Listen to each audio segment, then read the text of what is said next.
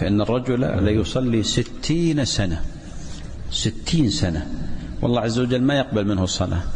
قال عليه الصلاة والسلام: لعله يتم الركوع ولا يتم السجود. أنا رأيت بأم عيني أناس من أحرص الناس على الصلاة، من أحرص الناس على الصلاة، واكتشفت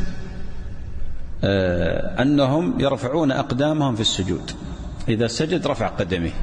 والنبي عليه الصلاة والسلام يقول: أمرت أن أسجد على 7 أعظم. تفاجأت، رجل من أحرص الناس ويأتي في أول الوقت، ومع ذلك تجد يرفع قدميه إذا سجد. ولا يخفاكم هذه المسألة، وأن الراجح من قول أهل العلم أن صلاته باطلة، لأن النبي عليه الصلاة والسلام قال: أمرت، من الذي أمره؟ الله عز وجل، أن أسجد على 7 أعظم، وذكر منها الوجه وأشار إلى أنفه، عفوا الجبهة وأشار إلى أنفه، واليدين والركبتين والقدمين. فهذا الذي يرفع سنوات، وعمره في 50 في سنوات يصلي، سنوات يصلي، وقد لا يقبل الله عز وجل صلاة. قل جل وعلا: وبدا لهم من الله ما لم يكونوا يحتسبون. قد يحسب أن صلاته مقبولة عند الله بسبب جهله وبسبب كسله وتهاونه في تعلم صفة صلاة النبي صلى الله عليه وسلم، يحرم القبول، نسأل الله العافية والسلام. ولذلك قال عمر بن الخطاب: إن الرجل ليشيب في الإسلام ولم يكمل لله ركعة واحدة.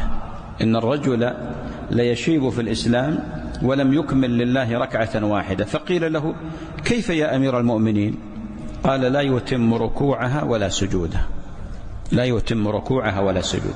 أخطاء كثيرة عند بعض الناس، عند بعض المصلين، أخطاء مثل ما يعبرون، يقولون قاتلة، تبطل العمل، تبطل الصلاة.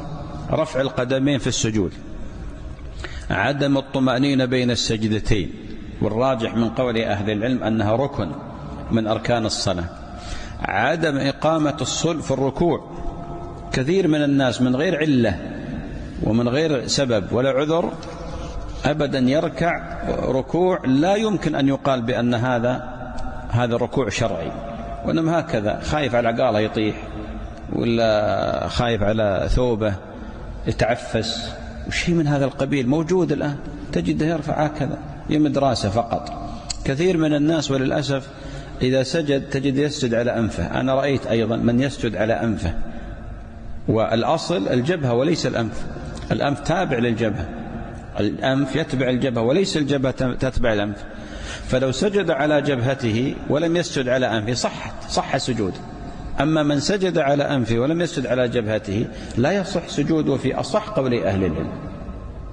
من العلماء من يذهب إلى أن يضع يعني جزء من العضو، والجبهة مع الأنف عضو واحد، لكن الصواب بأن الأنف تبع الجبهة، تابع للجبهة. وأكيد عندكم أنتم كثير من الأمثلة على أحوال كثير من المصلين.